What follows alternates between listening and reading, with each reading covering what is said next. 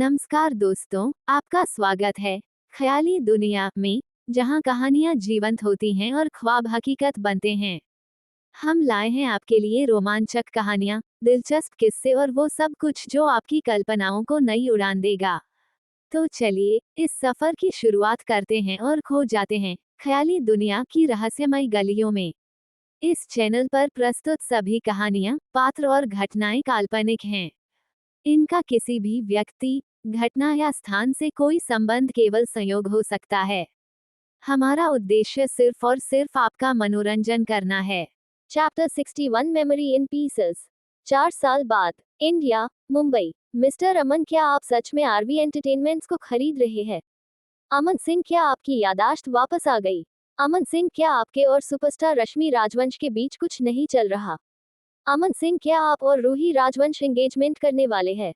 Black pant और white silk की shirt पहने, अपने दाएं हाथ में घड़ी पहने और बाएं हाथ के रिंग फिंगर में एक ब्लू रिंग पहने, पैरों में लेदर शूज और शर्ट की 3 बटनें खुली छोड़े अब तक चल रहे अमन की कदम रुक गए और उसने मुड़कर सभी मीडिया पसंद को देखते हुए एक आलस से भरी कातिलाना मुस्कान के साथ अमन ने अपने आंखों से चश्मा निकालते हुए अपनी वॉलेट आंखों से सभी को देखते हुए कहा, रश्मि राजवंश कौन? अमन का सवाल सुन सभी मीडिया पर्सन्स की बोलती बंद हो गई और अमन ने अपने पैंट की जेब में हाथ डालते हुए कहा, आप सभी जिस भी मीडिया हाउस से है वह जल्द से जल्द पहुंची क्योंकि आप सभी के नाम पर कोर्ट से नोटिस जाने वाला है। थैंक्स। बोल अमन मुड़ा और वहां से अपनी ब्लैक बीएमडब्ल्यू में बैठ वहां से चला गया। अमन की बात सुन अभी तक सभी मीडिया पर्सन्स अपनी अपनी जगह जम गए थे और अमन की गाड़ी के जाने की आवाज सुन सभी होश में आए और तुरंत कैपते हुए पैरों के साथ अपनी अपनी गाड़ियों में बैठ सभी तुरंत वहां से गायब हो गए क्योंकि सभी के मन में एक ही बात चल रही थी कि कैसे वो एक अच्छा लायर अपॉइंट करे। दिल्ली, रावत इंडस्ट्रीज का हेडक्वार्टर। 25 माले की 500 गज के जमीन पर बनी ये आलीशान बिल्डिंग जो इतने स्टाइल से बनी थी कि ऐसी कोई भी दूसरी बिल्डिंग पूरे दुनिया में नहीं देखने को मिलेगी। उस बिल्डिंग के टॉप फ्लोर के अंदर इस वक्त एक लड़की जो करीबन 23 या 24 साल की होगी, व्हाइट बिजनेस सूट पहने अपने डेस्क पर पड़ी कुछ फाइल्स को पढ़ते हुए और उनमें करेक्शन करते हुए अपने से कुछ दूर सोफे पर लेटी लड़की से बोली, छोटू तू कब तक यहाँ सोने वाली है? देख मेरे पास बहुत काम है तो प्लीज तू जाकर अपने काम कर, मैं तुझे कब तक कंपनी दूँ? सोफे पर लेटी लड़की ने अपनी बहन की बात सुनी तो आलस से अपनी घनी पलकें उठाते हुए एक नजर रूही पर डाला और फिर आलस से बैठते हुए अपनी ठंडी थकी हुई आवाज में बोली, तुम चाहती हो मैं जाऊं? नेहा की बात सुन रूही ने अपनी भूरी नजर नेहा पर डाला और फिर अपनी फाइल्स को पढ़ते हुए बोली, हाँ। रूही का जवाब सुन नेहा उठी और अपने ब्लैक पैंट में से सिगरेट का बॉक्स और लाइटर निकाला और एक सिगरेट अपने गुलाबी होठों में दबाते हुए लाइटर जलते हुए अपनी ठंडी आवाज में बोली, ठीक है। बोल निया ने अपना सिगरेट जलाया और फिर सिगरेट का डब्बा और लाइटर अपने पॉकेट में रखा और फिर अपने ब्लैक हिल्स को पहन नित्या ने अपना ब्लैक कोट उठाया और अपने व्हाइट सिल्क की शर्ट को सही करते हुए वहां से निकल गई। रूही ने अपनी जाती हुई बहन को देखा और फिर गहरी सांस लेकर बोली, ये लड़की उस डॉक्टर के यहाँ से जाने के बाद पागल ही हो गई है। 2 घंटे पहले न्यूयॉर्क से आई है तो ये नहीं कि घर जाए, यहाँ आ गई। यहाँ कंपनी के बाहर आकर निया ने अपनी जल चुकी सिगरेट को फेंका और दूसरी सिगरेट जलाई और फिर उसका एक कश लेते हुए अपने फोन को निकाल उसमें आए मैसेज को पढ़ने लगी। एक एक मैसेज को पढ़ निया ने सभी को इग्नोर किया लेकिन एक मैसेज पर उसकी नजरें टिक गई। Chief, we nearby invite you for a new product launch in Mumbai from मुल्तानीज। ये मैसेज पर नित्या की उंगलियां हल्की कांपी और उसकी आंखों के सामने एक हैंडसम चेहरे का टूटा फूटा अक्सा गया लेकिन निया की यादों में उस आदमी की वो वॉयलेट आंखें ही बस रह गई थी वरना तो सब गायब हो चुका था। नित्या ने इस मैसेज को ना जाने कितनी बार पढ़ा फिर अपनी वोक्सवैगन में बैठ निया ने गाड़ी एयरपोर्ट की तरफ मोड़ ली। पिछले 4 साल में निया को लगभग सारी बातें वापस याद आ चुकी थी लेकिन बस उस आदमी का अक्स उसकी यादों में कभी साफ नहीं हुआ था। मुंबई के पोश एरिया में 600 गज में बने एक शानदार विला के अंदर आकर अमन की गाड़ी रुकती है और वो अपनी बीएमडब्ल्यू से निकल बाहर आता है और सीधे विला के अंदर जाने लगता है। अमन के पीछे एक गार्ड तुरंत उसकी गाड़ी को पार्किंग में पार्क करता है। यहाँ विला के अंदर आते ही अमन को एक 45 साल के आदमी ने ग्रीट करते हुए कहा, वेलकम बैक सेकंड मास्टर। अमन ने उस 45 साल के आदमी की तरफ एक मुस्कान के साथ देखा और बोला, ऋषि अंकल कैसे हैं आप? अमन के सवाल पर ऋषि जी ने खुश होकर कहा, आप आखिरकार 4 साल बाद जर्मनी से ठीक होकर आए हैं, मैं तो अच्छा रहूंगा ही ना। ऋषि जी की बात सुन अमन ने हाँ में सर हिलाया और फिर पूछा, डैड कहाँ है? अमन के सवाल पर एक 60 साल के बुजुर्ग आदमी आते हुए बोले, तुम वापस आ ही गए। इस 60 साल के बुजुर्ग आदमी को देख अमन तुरंत उनके पास गया और उनके पैर छूते हुए बोला, आप कैसे हैं? अमन के सवाल पर अविनाश जी ने उसके सर पर हाथ रखते हुए कहा, अच्छा हूँ, तो कैसे वापस घर आना हुआ? अविनाश जी की बात सुन अमन ने एक हल्की मुस्कान के साथ उनका हाथ पकड़ अपने कंधे पर रखा और उनका सहारा बनते हुए उनके साथ लिविंग रूम में चलते हुए बोला, आपने बुलाया तो आना ही था, और बताए क्यों बुलाना हुआ? अविनाश जी ने बैठते हुए कहा, आज शाम को तुम्हें मेरे साथ कहीं चलना होगा। अविनाश जी की बात सुन अमन ने उन्हें उसी मुस्कान के साथ अपनी वॉलेट आंखों से देखते हुए थोड़े मिस्टीरियस तरीके से कहा, कहीं जाना है? लेकिन बोलते हुए अमन ने अपनी गर्दन सोफे पर रख ऊपर सीलिंग पर लगे झूमर को देखते हुए थोड़ी गहरी आवाज में कहा, मुझे तो कहीं नहीं जाना, तो अब क्या करे? अमन की बात सुन अविनाश जी ने अपनी गर्दन ना में हिलाते हुए हल्के से हंसे और बोले, ठीक है, मैं तुम्हें किसी ब्लाइंड डेट पर नहीं ले जा रहा। मुल्तानी ग्रुप का नया ब्रांच यहाँ खुला है और वो आज उसकी इनॉग्रेशन और नया प्रोडक्ट लॉन्च करने वाले हैं और मैडम मुल्तानी के जाने के बाद उनकी वारिस मुल्तानी ग्रुप को संभाल रही है। आज वो वहाँ आने वाली है और क्योंकि पिछले 4 साल से हमारे सारे प्रोजेक्ट्स वो पर्सनली हैंडल कर रही है तो उससे मिलना बनता है, क्योंकि उसके हेड बनने के बाद मुल्तानी ग्रुप और स्ट्रांग हो गया है। तो मैं भी उस बच्ची से मिलना चाहता हूँ और क्योंकि अक्षांश अभी न्यूयॉर्क में है तो यहाँ का बिजनेस अभी के लिए तुम्हें संभालना होगा। अविनाश जी की बात सुनने के बाद अमन ने आलस से अपने डैड को देखा और अपनी अट्रैक्टिव आवाज में बोला, मुझे बदले में क्या मिलेगा? अमन की बात सुन अविनाश जी ने उसका सर सहलाते हुए कहा, कुछ भी जो तुम चाहो। अविनाश जी की बात सुन अमन ने खड़े होते हुए कहा, ठीक है, तो जब जाने का समय हो उसके 1 घंटे पहले मुझे इन्फॉर्म कर देना। बोल मास्टर सिंह ने जम्हाई लेते हुए कहा, आज मैं सोया नहीं तो गुड नाइट। बोल मास्टर सिंह सोने चले गए और सोफे पर बैठे अविनाश जी ने ऋषि जी से कहा, ऋषि, 4 साल पहले अमन का जी एक्सीडेंट हुआ था, उसके बाद इसका कैरेक्टर कुछ बदल सा नहीं गया है? अविनाश जी का सवाल सुन ऋषि जी ने हंसते हुए कहा, सच कहा, लेकिन ऐसे तो मास्टर कुणाल भी काफी बदल गए हैं। हो सकता है बड़े होने की वजह से ये हुआ हो। ऋषि जी की बात सुन अविनाश जी गहरी सोच में खो गए और कुछ नहीं बोले। यहाँ लिफ्ट लेकर अमन अपने फ्लो पर आया। सिंह विला 6 फ्लो का था और हर फ्लो अलग अलग पसंद का था। हर फ्लो को कनेक्ट करने वाला लिफ्ट था जो हर फ्लो के लिविंग रूम में बना था। अमन अपने फ्लो पर आया और चारों तरफ एक नजर डाली। व्हाइट, ग्रे और ब्लैक के शेड ने अमन का फ्लो डेकोरेट हुआ था। अमन ने लिफ्ट से निकलते हुए अपने शर्ट के बटन को खोलना शुरू किया और अपने कमरे की तरफ बढ़ा। अमन के कमरे में कदम रखते ही सारी लाइट्स ऑन हो गई और अमन ने अपना शर्ट निकाल सोफे पर फेंका, फिर जूते निकाले और बाथरूम में घुस गया। बाथरूम में आकर अमन ने शावर ऑन किया और शावर के नीचे खड़े होकर अपने चारों तरफ लगे शीशे में खुद का रिफ्लेक्शन देखने लगा।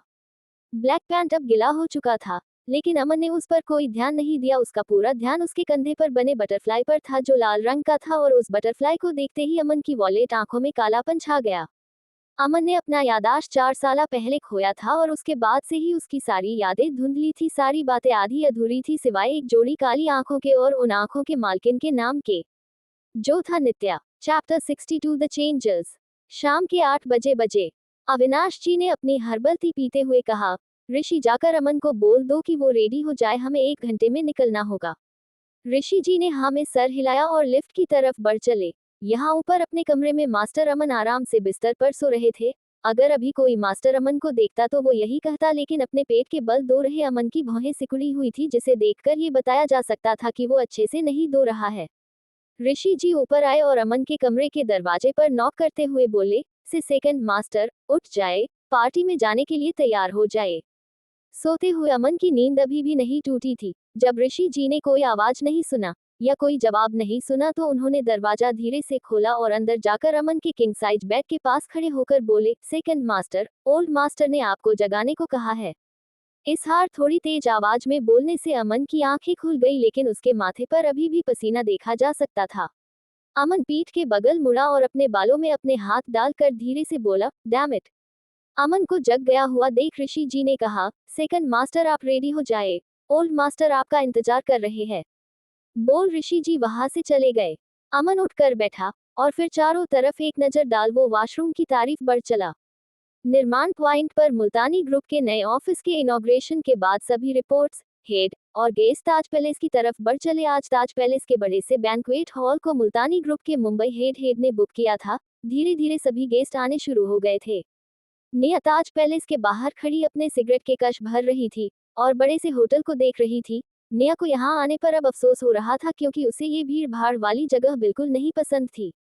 नेहा दी, आप यहाँ। एक आदमी के जोर से बुलाने पर नेहा ने अपना सर राइट साइड में मोड़ा तो उसी की उम्र का एक हैंडसम आदमी उसी की तरफ ब्लू सूट पहने भागकर आ रहा था। नेहा ने कुछ देर तक उस आदमी को देखा और याद करने की कोशिश करने लगी कि ये कौन था। तभी उसके आंखों के सामने कुछ तस्वीरें आने लगी। दी, आपको कुछ नहीं होगा, मैं आपको मेरी जिंदगी से बचाऊंगा। कहाँ ले जा रहे हो दी को? नेहा दी, हमें उसे खत्म करना ही होगा। जिंदगी फेरीटेल कब थी हमारे लिए? दी, तुम और माँ न गाड़ी से बाहर निकलो, उसमें बॉम्ब है। दी, आपके माँ पापा उन कमीनों की वजह से मारे गए। आई एम सॉरी दी। नेहा दी, अचानक से बहुत सारी बातें नेहा को एक साथ सुनाई देने लगी और उसके सर में दर्द शुरू हो गया। नेहा ने अपने माथे को एक सेकंड के लिए पकड़ा, फिर धीरे धीरे अपनी आंखें बंद कर गहरी सांस लेने लगी और वो सारी आवाजें शांत हो गई। निशांत नेहा के पास आया और उसके गले लगते हुए बोला, आप न्यूयॉर्क से वापस क्यों आई? निशांत के गले लगाने से नेहा को अजीब फील नहीं हुआ तो उसने निशांत को गले लगा लिया और उसका सवाल सुन नित्या ने अपना सिगरेट जमीन पर फेंका और अपनी ब्लैक हील से उस सिगरेट को मसलते हुए बोली, वहाँ कुछ काम नहीं बचा था मेरे लायक और फिर मुझे कुछ काम निपटाने हैं यहाँ। नेहा का जवाब सुन निशांत उससे अलग हुआ और बोला, ओह, तो क्या आप अब अंदर चलेंगी? निशांत की बात सुनकर नेहा ने एक गहरी सांस ली और फिर अपने कपड़े को डिस्गस्ट से देखा जिसमें से सिगरेट की बहुत गंदी स्मेल आ रही थी। नेहा को अपने कपड़े देखते देख निशांत को हंसी आ गई और उसने हंसते हुए कहा, चलिए मैं आपको चेंज करवा देता हूँ। बोल निशांत ने नेहा का हाथ पकड़ा और उसे अंदर ले गया। ताज पैलेस सिर्फ होटल ही नहीं था बल्कि ये अमीरों की प्योर लग्जरी थी। यहाँ पर 3,000 से ज्यादा कमरे, 6 स्विमिंग पूल, 50 से ज्यादा रेस्टोरेंट, फेमस ब्रांड्स की शॉप्स, चाहे वो कपड़ों की हो या पर्स की, ताज पैलेस में सब मिलता था। निशांत नेहा को लेकर ऊपर आया और अपने कमरे में नेहा को छोड़ते हुए बोला, दी, आप फ्रेश अप हो जाओ, मैं आपके लिए ड्रेस का इंतजाम करता हूँ। बोल निशांत वहां से तुरंत गायब हो गया और नेहा कमरे को देखने लगी। जिस कमरे में नेहा थी वो एक वीआईपी स्वीट था। नेहा ने हर तरफ देखा और फिर बाथरूम की तरफ बढ़ गई। यहाँ अमन फ्रेशअप होकर बाहर आया और बेड पर रखे ब्लैक सूट को देख वो मुस्कुराया और व्हाइट सिल्क की शर्ट उठाकर पहनने लगा। ताज पैलेस के रूम नंबर 2222 में इस वक्त माहौल काफी अच्छा था। एक लड़की जो बहुत सुंदर थी वो शीशे के सामने बैठकर खुद को निहार रही थी। इस वक्त उसे तैयार करने के लिए चार चार लड़कियां लगी थी। उस लड़की ने बेबी पिंक गाउन पहना था जो बहुत खूबसूरत था। उस लड़की ने खुद को शीशे में निहारते हुए एक मायूस चेहरे के साथ अपनी कोमल आवाज में कहा, आज मैं कुछ खास नहीं दिख रही ना। उस लड़की की बात सुन वो चारों लड़कियां जो उस लड़की को तैयार कर रही थी उन्होंने एक दूसरे को देखा और फिर एक लड़की बोली जो उस लड़की के बाल बना रही थी, रश्मि मैडम, आपको कुछ पसंद नहीं आया क्या? उस लड़की की बात सुन रश्मि ने मासूमियत से कहा, नहीं, वो बात नहीं है। वो क्या है ना, मैं इतनी सुंदर नहीं हूँ और आप सब की वजह से मैं थोड़ी खूबसूरत लगने लगी, लेकिन अगर उन्हें मेरा ये लुक पसंद नहीं आया तो। रश्मि की बात सुन सभी लड़कियों ने राहत की सांस ली और फिर उसे समझाते हुए बोली, रश्मि मैडम, आप बहुत सुंदर लग रही है और सेकंड मास्टर सिंह को आप जरूर पसंद आएंगी।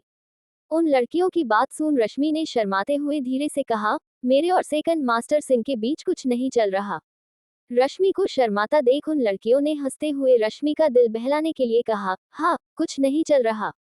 और मन में बोली, रश्मि कितनी सुंदर है और प्यारी भी, इतनी सुंदर लड़की को भला सेकंड मास्टर सिंह मना कैसे कर सकते हैं। सोचते हुए सभी ने एक दूसरे को देखा और फिर हंसने लगी और सभी को हंसता हुआ देख रश्मि ने उसी प्यारी मुस्कान के साथ सबाही को कंफ्यूजन में देखा और मन में बोली, हाँ, इतनी प्यारी इंसान को कोई कैसे माना कर सकता है। इधर विला में अमन तैयार हुआ और अपनी टाई पहन घड़ी लगाकर शूज पहन वो नीचे आया और फिर अविनाश जी से बोला, डैड चले। अमन की आवाज सुन अविनाश जी ने लिफ्ट की तरफ देखा जिसमें से अमन ब्लैक 3 पीस सूट पहने, ब्लैक टाई लगाए, हाथों में घड़ी लगाते हुए आ रहा था। अविनाश जी ने अपने बेटे को देखा और फिर प्राउडली ऋषि जी से धीरे से बोले, देखो मेरा बेटा कितना हैंडसम है। अविनाश जी की बात सुन ऋषि जी ने हंसते हुए कहा, सेकंड मास्टर आप पर ही गए हैं ओल्ड मास्टर। ऋषि जी की बात सुन अविनाश जी ने हंसते हुए कहा, हाँ हाँ, सही कहा तुमने। बोल ओल्ड मास्टर अपनी सोने की छड़ी लेकर खड़े हुए और अपने कपड़ों को सही कर बोले, चलो। बोल अविनाश जी घर से बाहर निकले तो पहले ही ड्राइवर गाड़ी का दरवाजा अविनाश जी के लिए खोले खड़ा था। अविनाश जी गाड़ी में बैठे और फिर अमन भी बैठा। अमन के बैठने के बाद ड्राइवर भी कार में बैठा और उसने कार स्टार्ट की। यहाँ ताज पैलेस में सभी गेस्ट आने शुरू हो गए थे। निशांत जो यहाँ के मुल्तानी ग्रुप के ब्रांच का मैनेजिंग डायरेक्टर था वो सभी को ग्रीट कर सभी का वेलकम भी कर रहा था। निशांत ने अपनी नई सेक्रेटरी की तरफ बिना देखे धीमी आवाज में पूछा, नेहा दी को ड्रेस और सारा सामान दे दिया गया है ना? निशांत की असिस्टेंट जो प्रोफेशनल सूट में बालों का पानी टेल बनाए और बड़ा सा चश्मा लगाए खड़ी थी, उसने भी धीरे से जवाब दिया, ये सर। अपने असिस्टेंट की बात सुन निशांत ने राहत की सांस ली और फिर कुछ सोचकर बोला, वैसे उन्हें मैसेज किसने किया था? निशांत का सवाल सुन ईशा के माथे पर पसीना आने लगा, लेकिन उसने कॉन्फिडेंटली कहा, मिस निया हमारी चीफ है और हमारी करंट प्रेसिडेंट भी, तो उन्हें इनवाइट करना मुझे सही लगा। ईशा की बात सुन निशांत, जिसने अभी अभी किसी जाने पहचाने इंसान को देखा और उसकी तरफ जाने वाला था, उसने मुड़कर अपने असिस्टेंट की तरफ देखा और फिर एक मुस्कान के साथ बोला, अच्छा। निशांत को मुस्कुराता हुआ देख ईशा थोड़ी रिलैक्स हुई और पूछा, तो मैंने सही किया ना बॉस? ईशा का सवाल सुन निशांत ने मुस्कुराना बंद किया और उसे घूरते हुए उसके गालों को जोर से खींचते हुए बोला, सही, बहुत सही किया, और अगली बार जब तुम इतना सही करोगी ना, तो मैं तुम्हें सही वजह से यहाँ से रफ्ता कर दूंगा। निशांत के गाल खींचे से ईशा ने उसे घूर कर देखते हुए कहा, बॉस आपको सब घूर रहे हैं। ईशा की बात सुन निशांत ने उसके गाल छोड़े और सभी तरफ एक मुस्कान के देखते हुए हाय बोल वहां से निकल गया और उस तरफ चल दिया जिधर वो पहले जा रहा था। वेद, तुम्हें क्या लगता है निया यहाँ आएगी? करण ने वाइन पीते हुए अपने बगल में खड़े वेद से पूछा, जो कब से दरवाजे की तरफ देख रहा था। करण की बात सुन दरवाजे की तरफ देखते वेद ने तुरंत करण की तरफ देखते हुए हैरानी से पूछा, क्या वो वापस आ गई है? वेद की हैरानी से भरी आवाज सुन करण ने उसे अजीब तरह से देखा और बोला, इसमें हैरान होने वाली कौन सी बात है? यहाँ जितने भी लोग आ जाते हैं वो मुल्तानी ग्रुप की प्रेसिडेंट से मिलने आए हैं। करण की बात सुन वेद जैसे ही कुछ कहने वाला था कि तभी उसके कानों में किसी के सेकंड मास्टर सिंह कहने की आवाज पड़ी और उसने उस तरफ देखा तो पाया कि ओल्ड मास्टर और मास्टर अमन दोनों दरवाजे से अंदर आ रहे थे। तभी उसने एक जानी पहचानी आवाज को चिल्लाते हुए सुना, जो कह रहा था, निया दी। Chapter 63 only. अविनाश जी अमन के साथ पार्टी हॉल में आए। अविनाश जी को देख बहुत सारे बिजनेसमैन उनकी तरफ तुरंत बाद चले। अमन ने अविनाश जी को एक सोफे पर बैठाया और उनके बगल में आराम से बैठते हुए अपना सिगरेट और लाइटर निकाला। रश्मि अपने बेबी पिंक गाउन में खूबसूरती से नीचे आ रही थी। रश्मि को आता देख सभी रिपोर्ट्स जो छुपकर अंदर आए थे वो रश्मि की फोटो खींचने लगे। रश्मि मुस्कुराते हुए नीचे आया, तभी किसी के जोर से निया दी बुलाने की आवाज सुन रश्मि की मुस्कान हल्की गायब हो गई, लेकिन उसने मन में कहा, मरे हुए वापस नहीं आते। अभी वो यही सोच रही थी कि तभी सभी के कानों में एक ठंडी और साफ आवाज गई, ladies and gentleman, thanks for coming here today. I am the CEO and Managing Director of Multani Group and I thank you all for your precious time that you have given us by coming here. So now, it's time for our product launch. Ladies and gentlemen, please welcome N1. निया black colour की V neck backless full sleeve ankle length dress में, बालों का high pony tell बनाए, कानों में silver diamond ring पहने, हाथ में वॉच और एक डायमंड ब्रेसलेट पहने, पैरों में ब्लैक पेंसिल हील पहने, बिना किसी मेकअप के सिर्फ हल्की रेड लिपस्टिक लगाई, माइक लेकर स्टेज पर खड़ी होकर कॉन्फिडेंटली बोली, India's first AI robot that can do all your house chores, he can be butler, a friend और अ टीचर और a bodyguard for your children. We are launching N1 world wide from this moment, now shall we have demo. बोल, निया ने N1 से कहा। N1 bring me अ chair. N1 ने निया की command सुनी तो वो स्टेज से नीचे उतरा और एक खाली चेयर के पास गया और वहां खड़े आदमी से अपनी रोबोटिक स्वीट आवाज में पूछा, क्या मैं ये कुर्सी ले जाऊं? शिवांश से N1 का सवाल सुना तो उसने कहा, नहीं। ये सुन N1 दूसरी जगह गया जहां कुर्सी थी और वहां खड़े आदमी से पूछा, क्या मैं ये कुर्सी ले सकता हूँ? उस आदमी ने कहा, जी। ये सुन N1 ने अपनी स्वीट रोबोटिक आवाज में कहा, थैंक्स। और फिर चेयर लेकर स्टेज पर आया और निया के पीछे रखते हुए बोला, कमांड कॉम्प्लीटेड। निया ने कुर्सी पर बैठते हुए कहा, N1 can you introduce yourself to everyone and answer their questions. Nia का सवाल सुन N1 ने स्वीटली कहा, yes I can introduce myself and I will try my best to answer everyone's question. बोल, N1 ने अपना इंट्रोडक्शन शुरू किया, hello everyone, I am first generation of AI robot N1, I am created for helping human beings in their daily life, I don't have emotions but I try my best when they need my emotional support. Thank you. N1 के introduction के बाद निया ने mic में बोला, now everyone can ask any question they want. बोल, निया खड़ी हुई और अपने बगल में खड़े निशांत को माइक देकर स्टेज से नीचे आ गई। रश्मि जो अपनी जगह जम गई थी, उसने स्टेज से नीचे उतरती निया को जलती आंखों से देखा और धीरे से बोली, तो ये है मुल्तानी ग्रुप की प्रेसिडेंट। अविनाश जी ने उनकी तरफ आती हुई यंग प्रेसिडेंट की तरफ चमकती आंखों से देखते हुए अपने पोते से कहा, अमन मुझे भी ऐसी ही छोटी बहू चाहिए। मास्टर अमन जो अपनी गहरी वॉयलेट आंखों से उनकी तरफ आती हुई लड़की को देख रहे थे। मास्टर अमन को ये आंखें अच्छे से याद है क्योंकि उनकी भिखारी यादों में भी ये ठंडी, इमोशनलेस आंखें जो कभी डिस्गस्ट से भरी होती थी, तो कभी आंसू से, कभी हिस्से से, तो कभी हैरानी से, कभी कोई हुई तो कभी मुस्कुराती हुई। मास्टर अमन ने निया की आंखों को देखते हुए, जिनमें इस वक्त इम्पेशंस था, धीरे से कहा, उसकी काली आंखें। अमन ने आज से पहले इतनी खूबसूरत, कॉन्फिडेंट और अनमूव्ड लड़की कभी नहीं देखी थी। अमन ने अपने सर सोफे के ऊपर टिकाया और फिर धीरे से बोला, लव यू। निया लंबे कदमों के साथ चल रही थी और उसके पीछे आ रही ईशा उसे जल्दी जल्दी किस किस से मिलना है ये बता रही थी। निया ने ईशा की सारी रिपोर्ट सुनी और फिर आलस से अपनी ठंडी आवाज में बोली, गेट लॉस्ट। बोल निया अविनाश जी के पास आई और फिर उनसे बोली, old master Singh how are you. Avinash ji ने अपने सामने खड़ी लड़की का सवाल सुना तो उसे बैठने का इशारा करते हुए बोले, मैं अच्छा हूँ, और बताओ अब आप कैसी हैं मिस निया। निया ने बैठते हुए कहा, मैं अच्छी हूँ, आपने जो मेरी हेल्प की इस बार न्यूयॉर्क में, उसके लिए मैं आपकी आभारमंद रहूंगी। निया की बात सुन अविनाश जी ने हंसते हुए कहा, अगर आप आभारमंद है तो मेरे घर घर की बहू बनना कैसा होगा। अविनाश जी की ये बात सुन नित्या ने हल्की मुस्कान के साथ कहा, ओल्ड मास्टर, अगर आपके बेटे मुझे पसंद आए तो जरूर मैं आपकी बहू बनना पसंद करूंगी। निया की बात सुन अविनाश जी ने उसके सर पर हाथ रखते हुए कहा, अच्छी बात है, तब तो मेरा छोटा बेटा भी यही है, इससे मिलिए मिस निया, अमन मेरा छोटा बेटा। कहते हुए अविनाश जी ने अमन से कहा, अमन जरा सामने बैठो।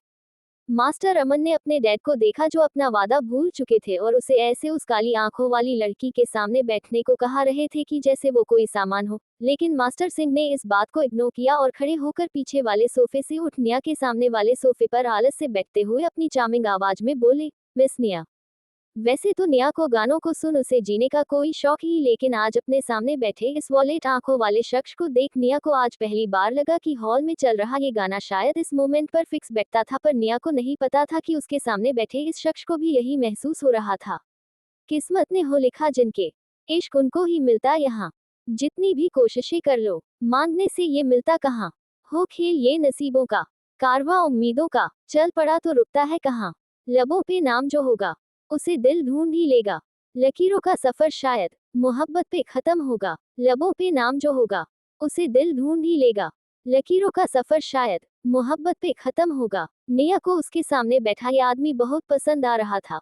उसका दिल इस वक्त जोर से धड़क रहा था, लेकिन उसके होठ उसका साथ नहीं देना चाहते थे, और यही वजह है कि निया के होठों से एक शब्द तक नहीं निकल रहा था। मास्टर सिंह ने अपने सामने बैठी लड़की को देखा जो अपनी चमकती हुई काली आंखों से उसे देख रही थी, और ये देख मास्टर अमन के होठों पर एक मुस्कान छा गई और वो खड़े हुए और निया के सामने झुककर अपना हाथ आगे करते हुए बोले, would you like to dance with me. Nia ने अपने सामने झूले प्राउड पर्सन को देखा। उसे पता था कि ये आदमी बहुत प्राउड पर्सन है, लेकिन उसके सामने झुकने में इस आदमी को कोई झिझक नहीं हुई। निया खड़ी हुई और अपना हाथ अमन के हाथ में रखते हुए बोली, ल प्लेजियर सेरा पौर मुआ। निया का जवाब सुन और निया के हाथ अपने हाथों में महसूस कर अमन खड़ा हुए और निया के आंखों में देखते हुए कहा, सेम हियर। बोल अमन निया को अपने साथ डांस फ्लोर पर लाया और दोनों डांस करने लगे। धूप में छांव में चलते हैं साथ सेहराओं में, दिल की बातों से दोनों फिर क्यों न अनजान है। जैसे बरसात में बदल हमेशा है साथ में, एक दूजे के होके फिर भी हैरान है। ओह हो जो खुदा ने सोचा है, बस वही तो होता है। जोर कोई चलता है कहाँ, लबों पे नाम जो होगा, उसे दिल ढूंढ ही लेगा। लकीरों का सफर शायद मोहब्बत पे खत्म होगा। लबों पे नाम जो होगा, उसे दिल ढूंढ ही लेगा। लकीरों का सफर शायद मोहब्बत पे खत्म होगा। सभी मीडिया पर्सन जो अब तक एनेक की फोटो खींच रहे थे, उन्होंने जब निया और अमन को एक साथ डांस करते हुए देखा तो सभी के कैमरे अपने आप उनकी तरफ मुड़ गए।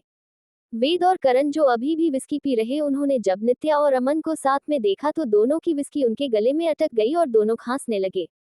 अविनाश जी ने अमन और निया को डांस करते देखा, जो जोर से हंसी और बोले, इस बार तो बहू पक्की है। और निशांत जो अभी भी सभी को एनेक के बारे में बता रहा था, उसने महसूस किया कि वो पागल होने वाला था, और ये सोच उसने ईशा को देखा जो खुद हैरान थी। रश्मि ने जब निया और अमन को डांस करते देखा तो उसने धीरे से कहा, ये अमन सिंह ठाकुर को कैसे जानती है। यहाँ डांस फ्लोर पर निया ने अमन के गले में अपने हाथ बांधते हुए कहा, मुझे नहीं पता था कि सेकंड मास्टर सिंह फ्लिटिशियस है। अमन ने निया की पतली कमर में अपने हाथ बांधते हुए कहा, क्या मिस निया को लगता है कि मैं फ्लर्ट कर रहा हूँ।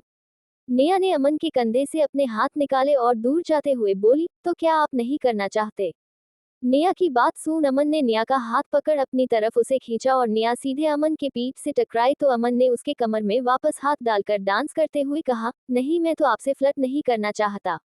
अमन की बात पर निया मुड़ी और उसके कंधे पर अपने हाथ रखते हुए बोली, तो क्या करना चाहते हैं, आप बताए, मेरा क्या इरादा हो सकता है। किसे पता, शायद मेरे बॉयफ्रेंड बनने के लिए। आह, नेहा रावत मुल्तानी ग्रुप की प्रेसिडेंट इतना गलत कैसे सोच सकती है? तो क्या करना चाहते हैं? I want to make you mine and only mine. Chapter 64 dating each other. Aman की बात सुन नेहा ने अमन की आंखों में देखते हुए कहा, ओह ऐसा है क्या क्या? अमन ने नेहा की बात पर अपनी सेक्सी आवाज में कहा, हाँ बिल्कुल। इस पर नेहा ने अमन के थोड़े करीब जाकर उसके कानों में धीरे से कहा, तब तो मैं भी देखना चाहती हूँ कि कैसे। नेहा के अचानक से करीब आने पर अमन की वॉलेट आंखें अचानक से चमक उठी और नेहा की बात सुनना से इंटरेस्ट से पूछा, कैसे क्या? अमन के सवाल पर नेहा ने अपने होंठ एक मुस्कान में मोड़े और फिर उसके पीछे जाकर उसके सीने पर अपने हाथ रख कंधे पर अपना सर रख धीरे से बोली कि मैं कैसे से अमन सिंह की बनती हूँ, सिर्फ अमन सिंह की। नेहा की बात पर अमन के होठों की मुस्कान और बढ़ गई, साथ में उसके वॉलेट आंखों की चमक भी बढ़ गई। जल्द ही डांस खत्म हुआ। अमन झुका और फिर बोला, thank you for this wonderful dance. इस पर नेहा भी झुकी और बोली, वेल सेम हियर। बोल नेहा बिना अमन के जवाब का इंतजार किए डांस स्टेज से नीचे आए और वहां खड़े निशांत को देख वापस कोल्ड और इंडिफरेंट बनते हुए बोली, मीडिया इंट्रैक्शन का टाइम हो गया, so let's go and wrap up everything. बोल नेहा जहां सभी मीडिया पर्सन्स के लिए जगह बनाई थी उस तरफ चल दी। यहाँ अमन स्टेज से आराम से नीचे उतरा। इस वक्त मास्टर अमन की नजर उस ब्लैक ड्रेस वाली कोल्ड या फिर कहे सेक्सी या इंडिफरेंट या फ्लिटिशियस या फिर द बॉस पर थी जो हॉटलेसली बिना मुड़े वहां से जा रही थी। वेद और करण ने अमन को जब नीचे आते देखा तो वो तुरंत उसकी तरफ भागते हुए गए। वेद ने अमन के सामने खड़े होते हुए जल्दी से पूछा, मास्टर अमन आपको मिस नेहा याद आ गई? मास्टर अमन हो अभी भी उस हार्टलेस लड़की को देख रहे थे। उन्होंने जब वेद की बात सुनी तो उसकी तरफ अपनी आलस भरी नजरों के साथ बिना किसी मुस्कान के साथ देखते हुए अपनी आलस भरी चार्मिंग आवाज में पूछा, ओह तो क्या मैं बॉस नेहा को जनता था? अमन के नेहा को बॉस कहते सुन वेद और करण के एक दूसरे को माथे पर पसीने के साथ देखते हुए एक दूसरे से धीरे से कहा, देखो मैं कहा रहा था मास्टर अमन तब मिस नेहा के प्यार में पड़ गए थे। ऐसा वैसा प्यार नहीं, वो वाला प्यार जो ड्रामस में होता है। करण ने वेद की बात पर हाँ में सर हिलाते हुए शौक से कहा, मुझे तब नहीं लगा था कि मास्टर अमन एक बच्ची से प्यार करेंगे, लेकिन आज मिस नेहा को देखने के बाद मुझे एक बार फिर ये बात पता चल जाए कि मास्टर अमन की नजर बहुत परखो है। मिस नित्या मुल्तानी ग्रुप की प्रेसिडेंट, कुणाल की साली, मतलब होने वाली साली, बेहद खूबसूरत, अमीर, इंटेलिजेंट और क्या चाहिए किसी को। करण की बात पर वेद ने अपना सर पीटते हुए मन में कहा, अगर मुझे आज ओल्ड मास्टर के कहने पर इस आदमी के आने पर मजबूर नहीं किया गया होना ना तो मैं कभी इनके साथ नहीं आता। बेवकूफ। अमन ने वेद और करण की फूसफास करते देखा तो अपने हाथों को मोड़ दोनों को देखते हुए अपनी आलस भरी आवाज में बोला, वेद सिंह तुम्हारी इस महीने की सैलरी कट चुकी है। करण सिंघानिया अब तुम विराट को ढूंढते रहो। बोल। अमन ने हैरान परेशान वेद और करण को छोड़ा और नेहा जिस तरफ गई थी उस तरफ चल दिया। रश्मि बाथरूम में खड़ी अपने मुंह पर पानी मरते हुए बोली, वो जिंदा गई? वो जिंदा है मतलब मैं कभी इस दुनिया की मेन कैरेक्टर नहीं बन सकती, लेकिन वो बची कैसे? मैंने खुद वीडियो में उसकी गाड़ी में होते वक्त गाड़ी का ब्लास्ट होते हुए देखा था, तो वो जिंदा कैसे है? और अगर वो बच भी गई तो अमन उसे कैसे जनता है? ये सारे सवाल रश्मि के दिमाग में मानो दौड़ रहे हो। रश्मि ने खुद को शीशे में देखते हुए धीरे से कहा, नहीं मैं ये नहीं होने दे सकती, कभी नहीं। मैं इस दुनिया पर राज करने के लिए बनी हूँ, साइड कैरेक्टर बनने के लिए नहीं। मैं ऐसा कहीं नहीं होने दूंगी। मैं अब रश्मि कुमार नहीं हूँ एक छोटे से क्रिमिनल की बेटी। नहीं, मैं अब रश्मि राजवंश हूँ। रश्मि राजवंश, राजवंश खानदान की बेटी, एक टॉप एक्ट्रेस। हाँ, कुछ नहीं होगा। बोलते हुए मानो रश्मि खुद दिलासा दे रही थी। रश्मि ने खुद को शांत करते हुए अपना फोन निकाला और एक नंबर पर कॉल किया, लेकिन कई बार कॉल लगाने पर भी किसी ने भी कॉल नहीं उठाया। तो रश्मि ने गहरी सांस ली और अपना मेकअप ठीक कर एक प्यारी मुस्कान के साथ वॉशरूम से बाहर निकली। यहाँ जैसे ही रश्मि वॉशरूम से निकली वैसे ही वॉशरूम के एक क्यूबिकल का दरवाजा खुला और ब्लैक साड़ी पहने इनायत वॉशरूम से बाहर आई। इनायत ने अपने माथे पर आए पसीने को पोंछा और फिर धीरे से बोली, तो इसका मतलब वो रश्मि कुमार थी जिसने नित्या और डॉक्टर अमन को। बोलते हुए इनायत की भूरी आंखों में गुस्सा भर गया और वो वॉशरूम से तुरंत निकली। Hello everyone, thanks for coming here, so now let's start a question answer session. Neha के इतना बोलते ही सभी मीडिया पर्सन्स ने सवालों की बारिश कर दी। मिस नेहा क्या एन एक इंसानों को कोई नुकसान नहीं पहुंचाएगा? मिस नेहा एन एक क्या इंसानी की जॉब्स को खा नहीं जाएगा? मिस नेहा आप न्यूयॉर्क से कब आई? मिस नेहा आपको ओल्ड मैडम मुल्तानी ने अपना वारिस क्यों चुना? मिस नेहा क्या युवांश मुल्तानी वापस आने वाले हैं? मिस नेहा क्या आप मिस्टर युवांश को उनका हक वापस कर पाएंगी? मिस निया, आपके और सेकंड मास्टर सिंह के बीच क्या रिश्ता है? मिस निया, के आप और सेकंड मास्टर अमन डेट कर रहे हो एक दूसरे को? निशांत ने जब बहुत सारे सवाल एक साथ सुन तो उसने माइक उठाकर कहा, प्लीज शांत हो जाए, हम आपके सवालों का जवाब एक एक करके देंगे तो आप सभी शांत हो जाए। निशांत के माइक पर ये कहने पर सभी रिपोर्ट शांत हो गए और ये देख निया ने माइक उठाया और जवाब देना शुरू किया। आपके पहले सवाल का जवाब नहीं, अनेक इंसानों को कोई नुकसान नहीं पहुंचाएगा। वो इंसानों का मदद करने के लिए बनाया गया है और उसके पास अटैक करने जैसा कोई भी फीचर नहीं है। अगर आप कभी खतरे में हैं तो अनेक पुलिस को कॉल करेगा और आपको प्रोटेक्ट करेगा, लेकिन वो किसी भी इंसान पर अटैक नहीं करेगा। अब दूसरे सवाल का जवाब, अनेक बस मदद के लिए बनाया गया है, आप सभी की जिंदगी आसान बनाने के लिए, तो वो इंसानों की नौकरी कभी नहीं खाएगा। तीसरे सवाल का जवाब, मैं आ जाए। चौथे सवाल का जवाब, मैं देना जरूरी नहीं समझती। पांचवें सवाल का जवाब, मुझे नहीं पता। छठे सवाल का जवाब, अगर युवांश मुल्तानी लायक हुए तो जरूर। सातवें सवाल का जवाब, निया अभी ये बोल ही रही थी कि किसी की परछाई निया के ऊपर पड़ी, फिर नित्या के कानों में किसी की सांस। निया को एक जानी पहचानी मिंट की खुशबू आए और उसने सुना कि सातवें सवाल के लीड हीरो ने कहा, yes we have a relationship and we are getting married, and for next question, yes we are dating each other. Chapter 65 the किस। हाँ, अमन के अनाउंसमेंट करने पर निया के मुंह से बस यही निकला। मीडिया पर्सन्स की आंखें अमन के अनाउंसमेंट करने पर चमक उठी और उन्होंने एक साथ कई सारे सवाल पूछने शुरू किए। आप दोनों कब से डेट कर रहे हैं एक दूसरे को? आप दोनों कब शादी करने वाले हैं? क्या शादी के बाद मुल्तानी ग्रुप और सिंह कॉर्पोरेशन मर्ज हो जाएंगे? क्या आप दोनों एक दूसरे से प्यार करते हैं या फिर ये एक बिजनेस मैरिज है?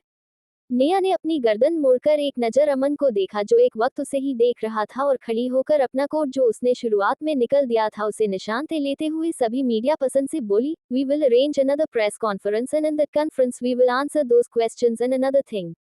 बोलते हुए निया की आंखें ठंडी हो गई और उसने सभी मीडिया पर्सन्स को शार्प नजरों से देखते हुए कहा, it's an product launch conference, so it'll be better if next you all can keep personal and professional questions separately and ask those questions in those situations that fits the occasion. बोल निया मुड़ी और अपनी hills को टक टक करते हुए वहां से जाने लगी। निशांत ने सभी मीडिया पर्सन्स को रोक उनके सवालों के जवाब देने शुरू किया और मास्टर अमन, जिन्होंने एक बॉम्ब निया के सर पर फोड़ा था, वो तुरंत निया के पीछे जानने लगे। मास्टर अमन ने चलते हुए निया से कहा, तो कहीं डेट पर चले। निया ने अपने फोन में आए ईमेल्स को पढ़ते हुए बिना किसी इमोशन के कहा, पहले अपने बारे में सभी र्यूमर्स को क्लियर कीजिए और फिर ये सावला कीजिएगा। निया के जवाब पर अमन की अनाज चमक गई और उसने इसके करीब आकर चलते हुए कहा, तो क्या बॉस निया को जलन हो रही है? अमन के सवाल पर निया रुक गई और फिर एक हल्की सी स्मित के साथ अपनी गहरी काली खूबसूरत आंखों को गहरा करते हुए मुड़ी और अमन के आंखों में देखते हुए उसकी तरफ एक कदम बढ़ाकर बोली, जलन? और मुझे सपनों में जीना छोड़िए मास्टर अमन, क्योंकि निया कभी किसी से नहीं जलती। निया की बात सुन अमन के होठों की मुस्कान बढ़ गई और उसकी वॉलेट आंखें और गहरी जो गई और उसने अपने कदम निया की तरफ बढ़ाए और उन दोनों के बीच की सभी दूरियों को खत्म करते हुए अपने हाथ को निया की कमर में डाल उसको और करीब करते हुए बोले, झूठ। अमन की बात पर निया की काली आंखों में चिड़चिड़ापन आ गया और उसने अपने हाथ को अमन के कंधे पर रख खुद को उससे दूर करने की कोशिश करते हुए बोली, दूर होकर बात करे। निया की खूबसूरत काली आंखों में चिड़चिड़ापन देख अमन ने उसकी काली आंखों में देखते हुए कहा, क्यों? डर है कि मैं तुम्हारे तेज हो रही दिल की धड़कन को महसूस कर लूंगा। या बोलते हुए अमन ने निया कानों के पास अपने होठों को रखते हुए धीमी पर सेंशुअल आवाज में कहा, या इस बात का डर है कि मैं तुम्हारे पूरी बॉडी में हो रहे हल्के कंपन को महसूस कर लूंगा, या फिर तुम्हारी में ये महसूस कर लूंगा कि जब मैंने तुम्हारे कमर में अपना हाथ डाला तो कैसे तुम्हारी काली आंखें चमक गई, या फिर ये कि कैसे मेरे करीब होने पर तुम्हारा पूरा ध्यान मेरी तरफ आ जाता है, जैसे कि जब तुम दादाजी के पास आ रही थी तो तुम्हारी काली आंखें हर 2 सेकंड में दादाजी से हट मेरे ऊपर टिक जाती थी। अमन की बातों को सुन निया की काली आंखों चमक गई और फिर उसने अपने बालों में हाथ डाल उन्हें एक तरफ करते हुए कहा, हाँ। बोल निया ने अपने पतले गोरे हाथों अमन के सीने पर रख उसे ऊपर धीरे धीरे ऊपर ले जाते हुए उसके गले में डाल उसके सर को अपने और करीब करते हुए कहा, ये काफी गलत बात है। बोल निया ने अपने रेड लिपस्टिक लगे लाला खूबसूरत हाथों को अमन में गुलाबी होठों पर रखा और अपने हाथों की पकड़ अमन की गर्दन पर कसते हुए उसको और करीब करते हुए उसके होठों को चूमने लगी। अमन ने जैसे ही निया के होठों को खुद के होठों पर महसूस किया, वैसे ही उसने अपनी पकड़ निया के कमर पर कड़ी और अपने दूसरे हाथ को उसके सर पीछे रख उसे चूमने लगा। जल्द ही नेहा की लाल लिपस्टिक अमन के होठों पर थी। अमन ने नेहा के होठों को हल्के से कटा, जिससे नेहा के होठों से हल्की सी आह निकली, और इस बात का फायदा उठा अमन ने अपने जीभ को नेहा के मुंह में डाल दिया। ऐसा होते ही नेहा ने अपनी आंखें हल्की सी खोली और अमन के बंद आंखों देख अपनी आंखें बंद करते हुए अमन के साथ एक पैशनेट किस में खो गई। अमन और नेहा से कुछ दूर खड़ी रश्मि ने अपने सामने खड़े दो लोगों को किस करते हुए देख अपनी मुट्ठी कर ली और धीरे से बोली, तुम दोनों को ऐसा नहीं करना चाहिए था। बिल्कुल नहीं, बोल रश्मि मुड़ी और दूसरे रास्ते पर चलने लगी जो बाहर को ले जाता था।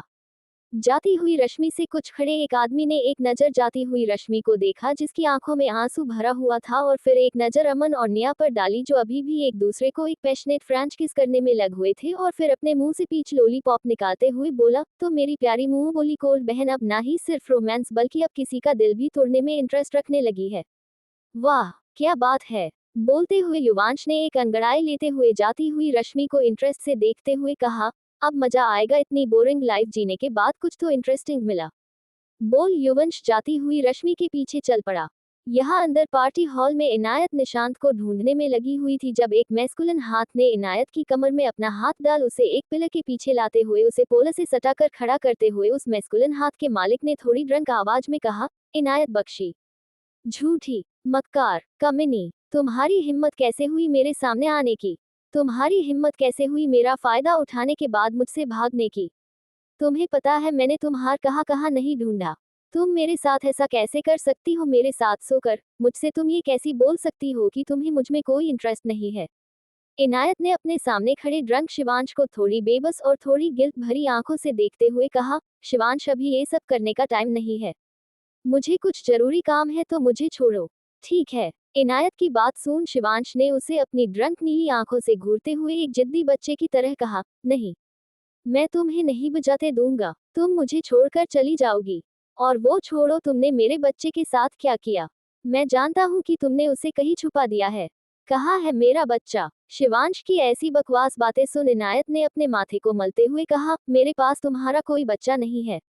मैंने मॉर्निंग आफ्टर पिल खा ली थी, तो अपनी ये बकवास बंद करो। इनायत को चिल्लाते हुए सुन शिवांश ने रोनी सी शक्ल बनाकर कहा, कमीनी इनायत, तुमने मेरे बच्चे को मार दिया, तुम दुष्ट हो। शिवांश की बकवास सुन इनायत का पेशेंस खत्म हो चुका था और उसने शिवांश की नाखों में देख गुस्से से भरी एक मुस्कान के साथ कहा, प्रॉब्लम ये नहीं कि मैंने मॉर्निंग आफ्टर पिल खाए, प्रॉब्लम ये है कि तुम मुझे उतना एक्साइट और खुश नहीं कर पाए। तो शिवांश, प्रॉब्लम ये है कि तुम बच्चा बना ही नहीं सकते, तो अब मुझे छोड़ो। वेद जो गलती से इनायत और शिवांश के पास खड़ा था, उसने गलती से इनायत और शिवांश की सारी बातें सुन ली और इनायत की लास्ट में कही बात सुन वेद को जोसे खांसी आई। शिवांश और इनायत दोनों ने वेद को इग्नोर किया। शिवांश ने इनायत की बात सुन उसकी आंखों में देखते हुए गहरी आवाज में कहा, ओह, तो आज मैं अपने बच्चे को तुम्हारे पेट में डालकर छोड़ूंगा।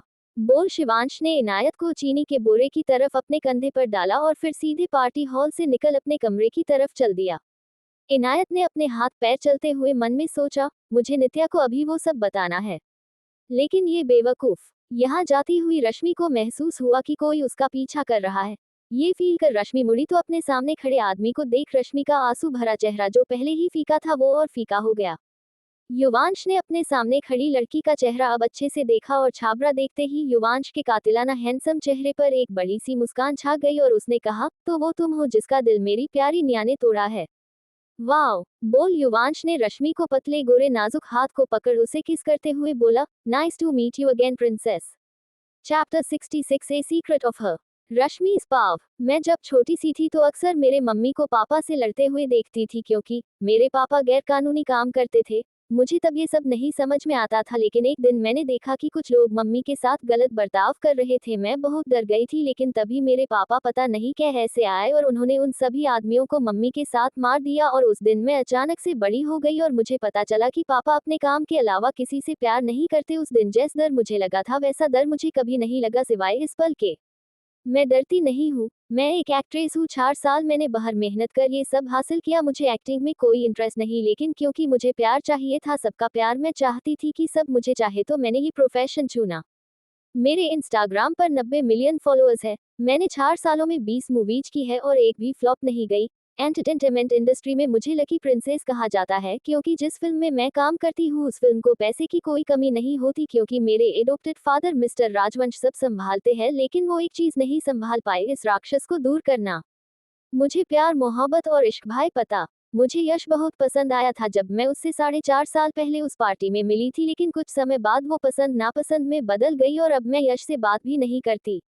मुझे अमन सिंह में कोई इंटरेस्ट नहीं लेकिन मेरे एडोप्टेड फादर को बहुत इंटरेस्ट है उसमें और मैं कुछ करना चाहती हूँ उनके लिए, इसीलिए मैं अमन सिंह को जानना चाहती हूँ। लेकिन अगर मैं ये कही कि मुझे उन शब्दों का मतलब नहीं पता या मैंने प्यार मोहब्बत या इश्क को महसूस नहीं किया तो वो झूठ होगा, लेकिन अगर मैं ये कही कि मुझे वो फीलिंग बहुत पसंद है तो ये उससे भी बड़ा झूठ होगा क्योंकि मैं नफरत करती हूँ उस एहसास से जो मुझे मेरे सामने खड़े इस आदमी से जुड़ते हैं। युवांश मुल्तानी। इस आदमी की नीली आंखें जो समुद्र की तरफ खूबसूरत है वो उसी समुद्र की तरफ भयानक भी, क्योंकि ये कैसे तुम्हें खुद में डूबा कर मारेगी तुम्हें पता भी नहीं चलेगा। मेरे सामने खड़ा मेरे हाथों को चूमता ये आदमी एक सांप की तरह है, वो भी जहरीले सांप की तरह। ये तुम्हारे साथ अच्छा बनकर रहेगा जब तक ये उतना ताकतवर ना हो जाए कि ये तुम्हें खा सके, ऐसा है ये आदमी। एक वक्त था कि मुझे इस आदमी की हर चीज पसंद थी। इसके हल्के ब्लॉन्ड बाल जो बहुत मुलायम है, इसकी नीली खूबसूरत आंखें, गुलाबी होठ जिनके बीच इस वक्त पीच लॉलीपॉप था जिनसे कभी मुझे बहुत जलन होती थी। इस आदमी का शरीर जो इस वक्त एक सिंपल ब्लू शर्ट और ब्लैक पैंट में है वो कितना सेक्सी है ये देख मैं खुद पर का ही कंट्रोल नहीं कर पाती थी। ये आदमी चलता फिरता नशा था और अभी भी है जो मुझे अक्सर मदहोश कर देता है। Nice to meet you again princess. ये आदमी अभी भी मुझे वही बुलाता है जो पहले बुलाया करता था, fucking princess. This bastard motherfucker a fucking dick. Princess मुझे इंग्लिश में गलियां देना बंद करो क्योंकि मैं अच्छे से जानता हूँ कि तुम्हारे इन नाजुक खूबसूरत होठों से सिर्फ इंग्लिश में गलियां निकलती है। क्या मैंने असलियत में इसे गाली दी, लेकिन दी तो क्या मेरे साथ ये क्या कर लेगा? कुछ नहीं, बस एक बार फिर मेरा दिल तोड़ देखा। लेकिन रुको, क्या ये नित्या का भाई है? भाई सच में, ये ख्याल ही मुझे चुल्लू भर पानी में डूबने का करता है। ये कमीना नेहा रावत का भाई है। सोचते हुए मैंने अपना हाथ इस मेरे सामने खड़े जमीन से निकला और फिर मेरे एक्सप्रेशन ठीक कर बोली, हाँ तो तुम वही हो उस कामिनी के। अभी मैंने इतना कहा नहीं था कि मेरे सामने खड़े कमीने ने मेरे बालों को पकड़ते हुए अपनी नशीली नहीं कमीनी आवाज में कहा, मेरी निया के बारे में एक बार और गलत कहा ना तो तुम्हारी दिल से धड़कन और इस शरीर से आत्मा सब छीन लूंगा। ये कमीना, यू मदरफकर बास्टर्ड, समझते क्या हो खुद को? हाँ राजा हो। बोलते हुए मैंने मेरे कदम जमीन की तरफ बढ़ाए और उसका गला पकड़ते हुए कहा, क्या कर लोगे? हाँ है वो कमीनी है। मेरे लिए वो एक श्राप है, जहाँ मैं जाती हूँ वहाँ चली आती है, जिसे मैं चाहती हूँ उसको छीन लेती है। तो क्या कर लोगे? हाँ क्या करोगे? सच बात है मुझे जलन होती है उससे। मेरी माँ जो पहले मुझसे प्यार करती थी वो पापा की वजह से मुझसे नफरत करने लगी। मेरे पापा जो मुझे एक घर होने का एहसास देते थे, भले ही वो कितने गंदे थे, वो मेरी दुनिया थे, लेकिन उन्हें भी उसने मार दिया। उसकी माँ उससे बचपन से प्यार नहीं करती थी तो उसे उस घिन का एहसास नहीं जी मुझे है जब मेरी माँ मुझे उन नजरों से देखती थी। उसके पापा उससे प्यार करते थे बहुत। ये बात मैं तभी जाना गई जब उन्होंने ये जानते हुए भी कि उस गाड़ी में बॉम्ब है वो फिर भी उसे ले गए। लेकिन मेरे पापा का क्या? उन्होंने मुझसे कभी प्यार नहीं किया, उन्होंने बस उनका फर्ज निभाया मुझे जिंदा रखने का। उसके पास उसके लिए जान देने वाले दोस्त है एलियन, मेरा क्या? मेरे पास कोई नहीं। मैं जिंदगी में जितना आगे बढ़ती हूँ मुझे बस उतने ही दुश्मन मिलते हैं। मैंने जब मेरे सामने खड़े मेरे बालों को जकड़े इस आदमी को प्यार किया तब इस जमीन ने भी मेरा दिल तोड़ दिया और उस कमीनी का भाई निकला। मैंने कभी मेरे इमोशंस को मेरी आंखों में किसी के सामने नहीं आने दिया सिवाय मेरे। लेकिन ये आदमी और वो निया हर बार इस चीज में कामयाब हो जाते हैं। है बार ये आदमी मेरे इमोशंस को खुली किताब की तरह पढ़ लेता है। कमीना, देखो जैसे इस वक्त मेरी आंखों में दिखते नफरत गुस्से को देख कैसे हद रहा है। Princess, you are still as fucking sexy, hot and beautiful as you were when I first saw you in Las Vegas. My peach, you are still on fire. You know I love this thing about you that you just can't wear your fake face in front of me. I really like this about your peach. मुझे नफरत है कैसे ये आदमी ये सब इतने आराम से कह देता ही, कैसे ये आदमी मुझे हर बात अपने प्यार में बार बार डाल देता है।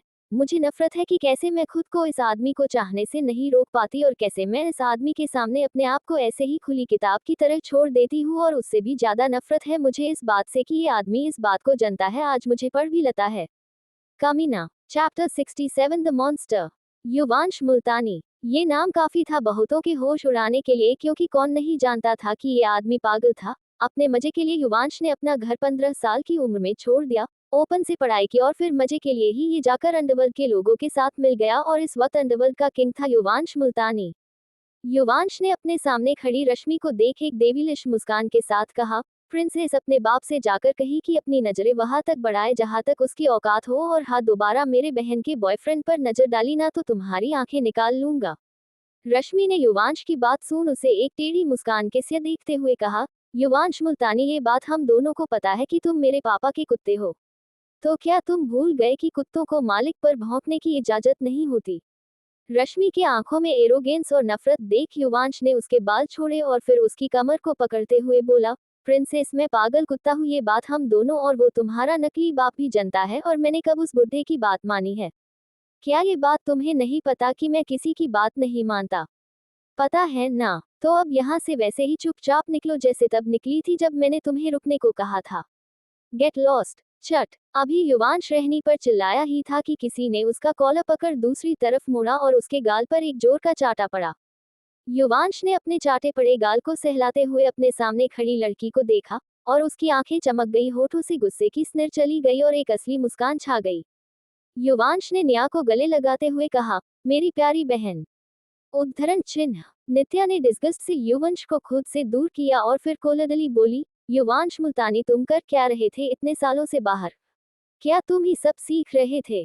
मारपीट, लड़की पर चिल्लाना, उसकी इंसल्ट करना। निया की कोल्ड आवाज सुन युवांश ने मासूम बनते हुए कहा, प्यारी निया, ऐसा कुछ नहीं है ये हमारी। बोल युवंश मुड़ा तो रश्मि अब गायब हो चुकी थी।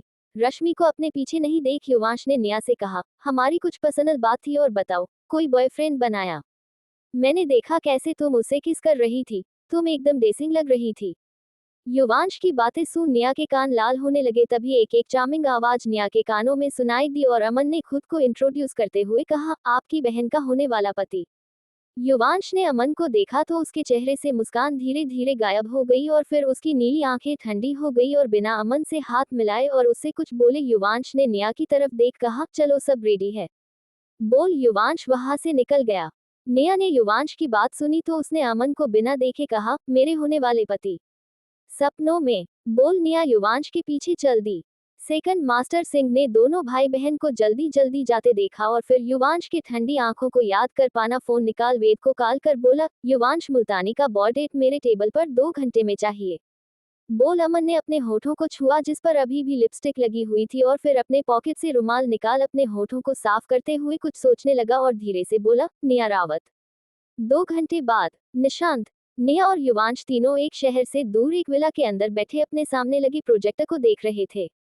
युवांश ने प्रोजेक्टर पर दिख रहे एक बड़े से महल को देखते हुए कहा, यह है राजवंश पैलेस। 1500 गज में बने इस पैलेस में टोटल 100 कमरे, 10 स्विमिंग पूल, 5 गार्डन, 6 किचन है। ऐसा ये पैलेस बाहर से दिखता है लेकिन अब देखो। बोल युवांश ने रिमोट से एक बटन दबाया और एक दूसरी पिक्चर आई जिसमें बहुत सारे लोग ड्रग्स और बंदूकों पर काम कर रहे थे और बोला, अब देखो ये है राजवंश का सीक्रेट एंट होल। उस महल के 40 फीट नीचे बना ये एंट होल और क्योंकि ये सीक्रेट प्लेस 40 फीट छोड़ बना है तो किसी को कभी कोई खबर नहीं मिली और यहीं से राजवंश ड्रग्स और बंदूकों का धंधा करते हैं।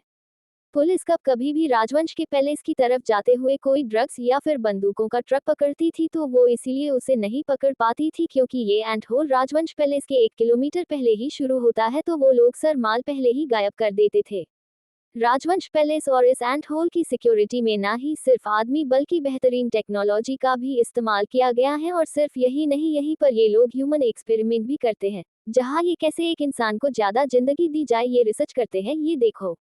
बोल युवांश ने एक दूसरा बटन दबाया तो एक दूसरी पिक्चर प्रोजेक्टर पर दिखी। युवांश ने उस पिक्चर को देखते हुए कहा, यह है ह्यूमन एक्सपेरिमेंटल एरिया, यहाँ पर आना सभी के लिए मना है सिवाय राजवंश परिवार के और मैं तो उनकी प्रिंसेस के साथ चला गया था।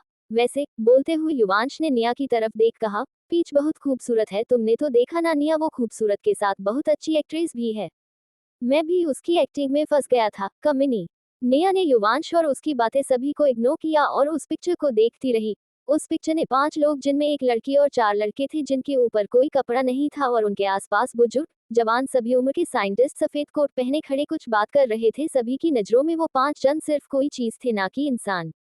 निया की आंखें वो पिक्चर देख ठंडी होती चली गई। निया ने एक गहरी सांस ली और फिर अपनी आंखें बंद कर मन में कुछ बोल आंखें खोल खड़ी हुई और बोली, वो पेन ड्राइव मुझे दो और अब तुम काम पर लौटो।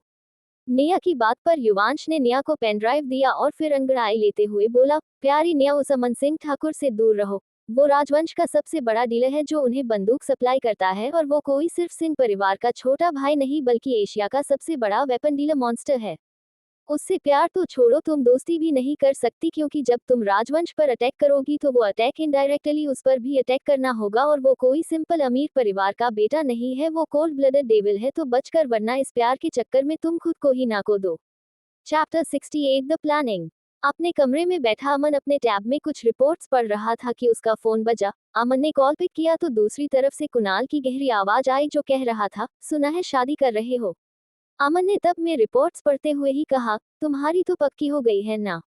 अमन की बात पर कुणाल ने थोड़ा चिढ़कर कहा, हाँ, और मुसीबत की बात यह है कि वो रूही रावत है। मुझे तो समझ में नहीं आता डैड ने उस लड़की में ऐसा क्या देख लिया। कुणाल की बात सुन अमन ने टैब रखा और पानी का ग्लास उठा, पानी पीते हुए बोला, शायद रूही रावत के बिजनेस स्किल्स, या फिर नेगोशिएशन स्किल्स, या फिर बिना पल के झुकाए सामने वाले को मारने के स्किल्स। पता नहीं, पर वो काफी टैलेंटेड है और स्मार्ट भी। अमन को रूही की इतनी तारीफ करते सुन कुणाल ने थोड़ा चिढ़कर कहा, उसकी तारीफ करना बंद करो। वो लड़की पागल है, स्मार्ट नहीं। तुम्हें पता है उसने क्या किया? उसने इस महीने राजवंश से उसकी 5 डील्स छीन ली, वो भी कोई छोटी मोटी डील्स नहीं बल्कि $1 बिलियन असाइनमेंट्स। अब तो वो संकी राजवंश उसको बर्बाद करने की कोशिश करेगा। कुणाल की बातें सुन अमन की खूबसूरत वॉलेट आंखें गहरी हो गई और उसने कुछ सोचकर कहा, रूही रावत की राजवंश से क्या दुश्मनी है? अमन के सवाल पर कुणाल ने एक गहरी सांस ली हुए कहा, ये बात 8 साल पहले हुए एक इंसिडेंट से जुड़ी हुई है, और रूह का राजवंश से कोई दुश्मनी नहीं है, ये सब नेहा से जुड़ा है, और शायद उसकी वो दोस्त, क्या नाम था उसका, इनायत। हाँ, इनायत बख्शी। नेहा ने तो राजवंश के आधे ओवरसीज बिजनेस को हड़प लिया है, और अब रूह ने यहाँ पर भी उनके नाक में दम करना शुरू कर दिया। अब मैं क्या करूँ? कुणाल की बात पर अमन ने बिना कुछ आगे बोले फोन काटा और फिर अपने टेबल पर पड़ी फाइल को उठाकर पढ़ने लगा। फाइल पर अमन के होठों पर एक मुस्कान छा गई और फिर उसने वेद को कॉल कहा, वेद, मुझे केस 101 की फाइल भेजो जिसके पीछे करण इतने सालों से पड़ा है। बोल। अमन ने कॉल काट दिया। करीबन 2 मिनट बाद अमन के टैब में वो फाइल थी।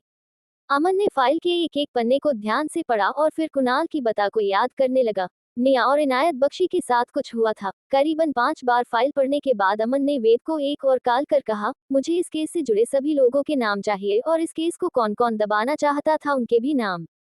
वेद, जिसको गेम के बीच में अमन ने 2 बार डिस्टर्ब किया, उसने अपने बालों को बिखेरते हुए कहा, जो इस केस को दबाना चाहते थे वो सब वही थे जो इस केस से जुड़े थे, चाहे वो नेहा हो या फिर रणविजय दत्ता। पर आप वेट करो, मैं आपको पीडीएफ भेजता हूँ। वेद की बात पर अमन ने कुछ सोच कहा, साथ में उनके वहां हो के रीजन भी चाहिए। बोल। अमन ने कॉल के दिया और फोर एक दूसरे नंबर पर कॉल किया। करीबन 5 घंटे जाने के बाद कॉल पिक हुआ और दूसरी तरफ से एक लड़की की आवाज आई, सेकंड मास्टर, कुछ जरूरी काम था।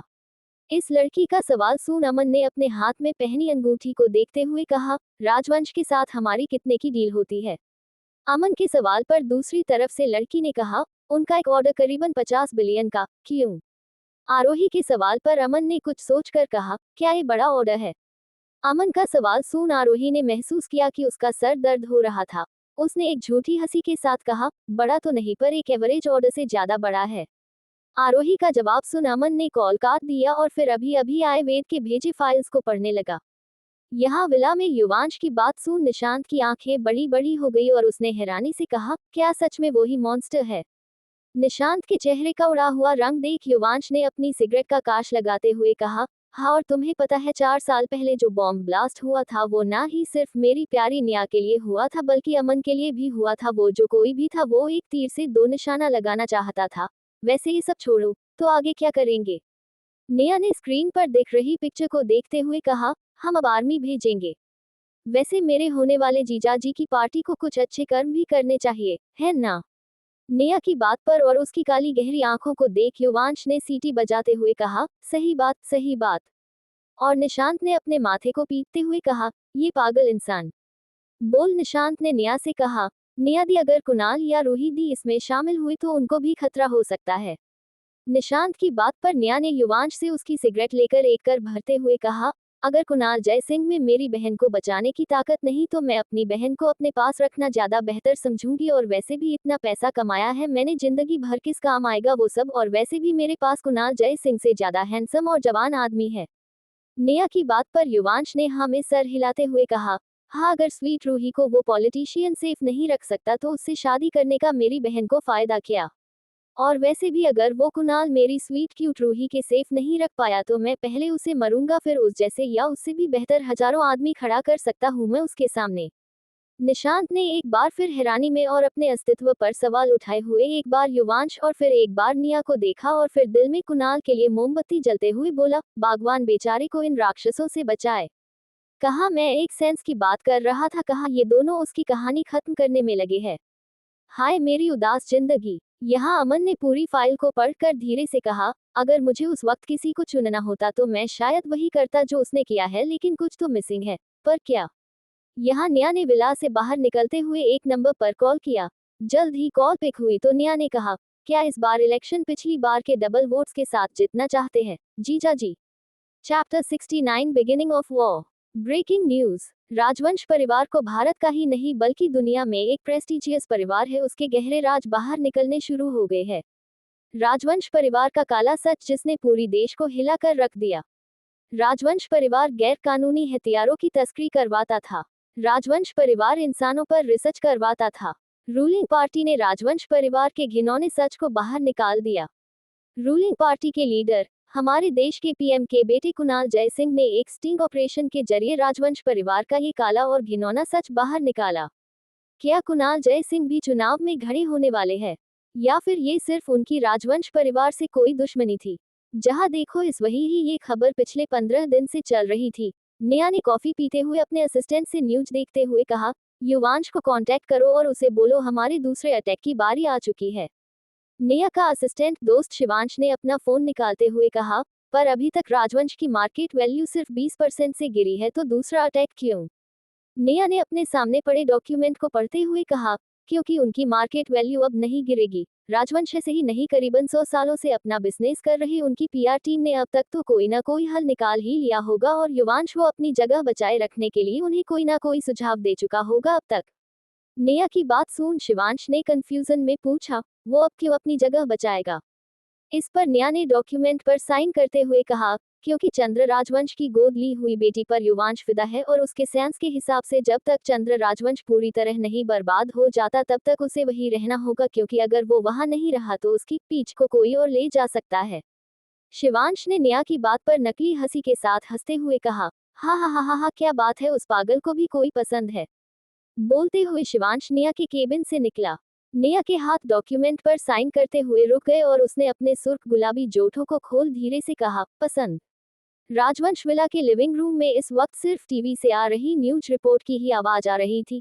चंद्र राजवंश ने टीवी की आवाज बढ़ते हुए अपनी ठंडी आवाज नरमी में कहा, सभी ध्यान से इसे सुनो क्योंकि आज ने बाद जितने भी मीडिया हाउस ने हमारे बारे में लिखा है उन सब का अंत होने वाला है। लिविंग रूम में खड़े सभी गार्ड्स और परिवार वालों को सांसें उनके हलक में आ चुकी थी। युवांश ने अपने चेहरे पर एक मुस्कान बिखेरी और चंद्र राजवंश के सामने खड़े होते हुए बोला, मालिक अपना गुस्सा शांत करे और आपको इन मीडिया हाउस की फिक्र करने की जरूरत नहीं है, मैं जल्द ही इनको इनकी जगह दिखा दूंगा, आप बस अपनी सेहत पर ध्यान दीजिए। चंद्र राजवंश ने युवांश की बात सुन गहरी सांस लेते हुए कहा, युवंश तुम नहीं समझते ये खबर अखबार और टीवी पर दिखाना इतना आसान नहीं है, कोई ना कोई जरूर पर्दे के पीछे छिपचाल चल रहा है। हमें जल्द से जल्द कोई ना कोई कदम उठाना ही होगा, वरना कब हमारा ये साम्राज्य खत्म होगा हमें खबर भी नहीं पड़ेगी। चंद्र राजवंश की बात सुन युवांश ने एक बड़ी सी मुस्कान के साथ कहा, मालिक आप उसकी चिंता मत करो, हमें बस ये अंडरग्राउंड सीक्रेट की बात को संभालना होगा, क्योंकि अगर इसे सही से हैंडल नहीं किया गया तो। युवांश की आधी बात सुन चंद्र राजवंश ने अपनी आंखें को बंद करते हुए कहा, हाँ लेकिन कैसे। जय सिंह हमारे पीछे पड़ गया है, उसके पीछे उसके बाप का पॉलिटिकल सपोर्ट है, और सिर्फ वही नहीं बल्कि उसकी मंगेतर भी मेरे पीछे पड़ी है। चंद्र राजवंश की बात सुन युवांश ने कुछ सोचा और फिर बोला, आप कुणाल जय सिंह से बात नहीं कर सकते लेकिन उसकी साली नेहा रावत से बात कर सकते हो। वो ना हो सिर्फ मुल्तानी ग्रुप की प्रेसिडेंट बल्कि रणविजय दत्ता की वारिस और अमन सिंह ठाकुर की होने वाली बीवी भी है, उससे बात करने से शायद कुछ हो सकता है। युवांश की बात सुन रणविजय दत्ता ने जोर जोर से हंसा शुरू कर दिया और उनके आसपास का माहौल ठंडा होने लगा।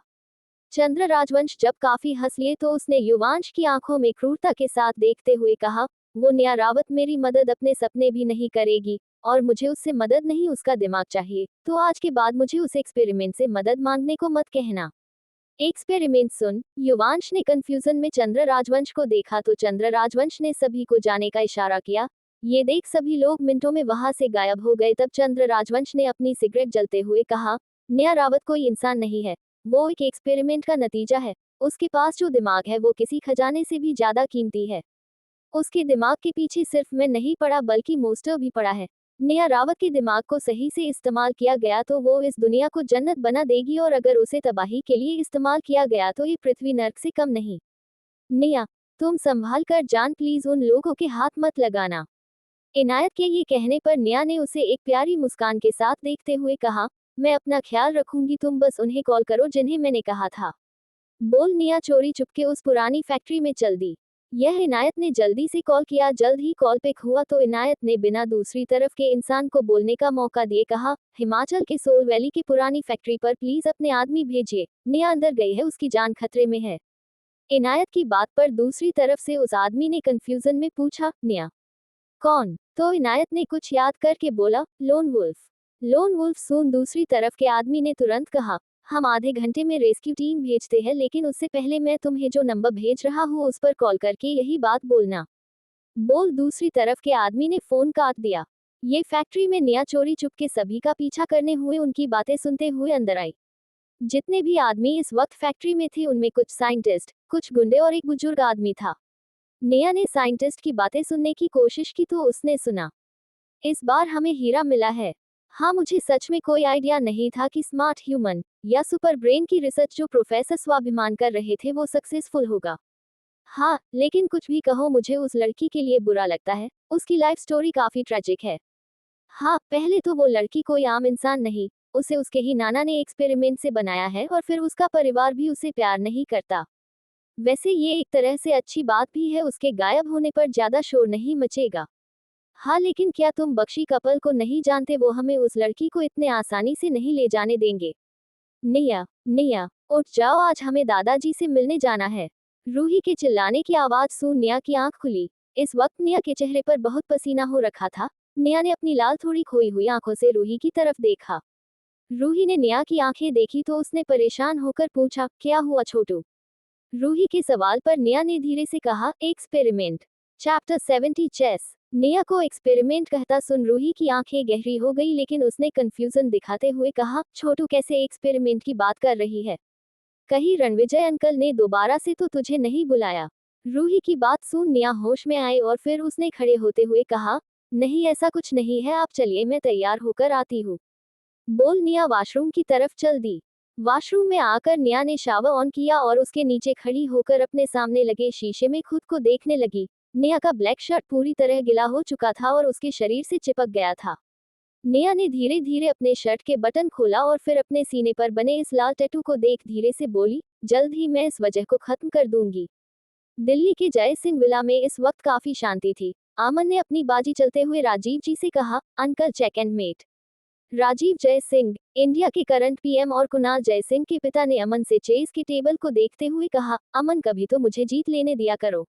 अमन ने राजीव जी की बात सुन एक मुस्कान के साथ कहा, अंकल तब तो आपको किसी और को ढूंढना चाहिए, क्योंकि मेरे साथ खेलने पर मैं आपके साथ पूरी ईमानदारी के साथ खेलूंगा। अमन की बात सुन राजीव जी ने एक मुस्कान के साथ कहा, बात पलटते हुए अपनी चाय पीते हुए कहा, नेहा से दूर रहो, वो कोई सीधी खीर नहीं। राजीव जी की बात पर अमन ने कुछ नहीं कहा और अपने चाय की कप उठाते हुए कहा, अंकल आप रूही की शादी कुणाल के साथ क्यों करवाना चाहते हैं? अमन को अपने पिछले सवाल का जवाब ना देता देख राजीव जी ने अपने चाय का एक सिप लेते हुए कहा, क्योंकि मुझे वो बच्ची बहुत पसंद है। उस बच्ची को देख मेरा दिल जो एक बेटी चाहता था वो संतुष्ट हो जाता है। उसको देख मेरे दिल में हमेशा दर्द उठ जाता है। वो अभी कितने ही साल की है, लेकिन देखो कितना मजबूत बनाने की कोशिश करती है। मुझे उसे एक अच्छा घर देना है जिसमें वो खुल के मुस्कुरा सके। राजीव की ने अभी ये कहा ही था कि रूही की स्वीट आवाज लिविंग रूम में गूंजी, दादाजी आप इतनी इमोशनल बातें करते हुए अच्छे नहीं लगते। रूही की आवाज सुन अमन और राजीव जी ने उस तरफ देखा जहां से रूही की आवाज आई थी, तो देखा रूही व्हाइट मैक्सी ड्रेस में एलिगेंटली उनकी ही तरफ आ रही थी। लेकिन अमन की नजरें जो रूही के पीछे ब्लैक मैक्सी जंप सूट में व्हाइट हिल्स के साथ आती नित्या पर टिकी थी। अमन को आज तक ऐसा कुछ महसूस नहीं हुआ था। ऐसा जैसे किसी को देख उसकी मानो पूरी दुनिया ही थम जाती थी। अमन जब जब अपने सामने आ रही कोल्ड एरोगेंट लड़की को देखता तब तब उसको लगता जैसे उसकी पूरी दुनिया सिर्फ और सिर्फ ये लड़की थी। अमन को पता था कि ये कोल्ड एरोगेंट लड़की उसके बर्बादी की वजह बन सकती है, लेकिन फिर भी वो इस लड़की को अपने दिल दिमाग से निकल ही नहीं पता था। नेहा ने किसी की गर्म आंखें खुद पर महसूस की। उसने अपने फोन से नजरें हटाकर अपने सामने देखा तो ब्लैक सिल्क शर्ट में सोफे पर आलस से बैठे आदमी की वॉलेट आंखों में उसकी काली ठंडी आंखें जा मिली। नेहा 2 सेकंड तक अमन की आंखों में देखा, फिर अपनी आंखें राजीव जी की तरफ कर अपनी साफ पर ठंडी आवाज में बोली, हेलो अंकल। राजीव जी ने नेहा को देख एक मुस्कान दी और बोले, हेलो छोटू। फिर रूही की तरफ बोले, अब अपनी बेटी की बातें करते हुए एक बाप इमोशनल नहीं होगा तो क्या करेगा। राजीव जी की बात सुन रूही के उनके पैर छुए और फिर बगल वाले सोफे पर बैठते हुए बोली, ठीक है आपको पूरा हक है, पर उससे पहले आप ये बताएं आपकी तबीयत कैसी है। रूही के सवाल पर राजीव जी ने थोड़ा मायूस होकर कहा, पहले तो ठीक थी लेकिन। राजीव जी को लेकिन कहता सुन रूही ने अपनी भौहें उठाते हुए कहा, लेकिन। रूही के सवाल पर राजीव जी ने कहा, लेकिन अमन के साथ 5 बार हारकर अब मुझे कुछ अच्छा नहीं लग रहा। काश कोई होता जो अमन को हरा सकता था। हाँ, लेकिन ये तो नामुमकिन है। राजीव जी बनावटी बातें सुन रूही ने अपनी हंसी कंट्रोल कर सीरियसली कहा, दादाजी आप चिंता मत करिए, निया है ना, वो मास्टर अमन को चुटकी में हरा देगी। रूही की बता पर अमन ने निया की तरफ इंटरेस्ट से देखते हुए अपनी चार्मिंग आवाज में पूछा, सच में क्या? तो राजीव जी ने हंसते हुए कहा, हाँ तुम नहीं जानते तुम कि हमारी निया कितनी होशियार है। निया ने सभी की नजरें खुद पर महसूस कर रूही की तरफ आलस से देखा तो रूही ने तुरंत कहा, छोटू मेरे जुबान की लाज रखनी पड़ेगी, तुम मास्टर अमन को दिखा दो कि कितनी टैलेंटेड है मेरी बहन। बोल रूही ने थम्स अप किया तो निया ने धीरे से एक गहरी सांस छोड़ते हुए कहा, ठीक है। निया के जवाब पर अमन ने आलस से पर अपनी चार्मिंग आवाज में कहा, ठीक है लेकिन जीतने वाले को हारने वाले की एक विश पूरी करनी पड़ेगी। अमन की बकवास सी शर्त सुन निया ने अपना फोन साइलेंट पर रखा और फिर राजीव जी की खाली की हुई सीट पर बैठते हुए धीरे से बोली, ठीक है। निया की खूबसूरत झुकी हुई पलकों को देख अमन ने चेस के टेबल को सही से सेट करते मन में कहा, कोई तो अपनी नजरें छुपा रहा है। सोचते हुए अमन अचानक से अच्छे मूड में था। निया ने अपना पहला चल चला तो अमन ने भी चेस बोर्ड पर देख अपनी चल चली और फिर निया के खूबसूरत चेहरे को देखने लगा। इधर राजीव जी और रूही कुछ बात करने के लिए गार्डन की तरफ चल दिए और ये लिविंग रूम में जहां निया की नजरें चेस बोर्ड पर थी तो वही अमन की नजरें इसके सामने बैठी लड़की पर थी। दोस्तों, आशा करते हैं कि आपको हमारी यह कहानी पसंद आई होगी। अगर आपने इस सफर का आनंद लिया हो तो हमारे चैनल ख्याली दुनिया को लाइक करें, अपने दोस्तों के साथ शेयर करें, कमेंट में अपनी राय दें और हमारे चैनल को सब्सक्राइब करना न भूलें। मिलते हैं अगली कहानी के साथ, तब तक के लिए अपने ख्यालों में डूबे रहें। धन्यवाद।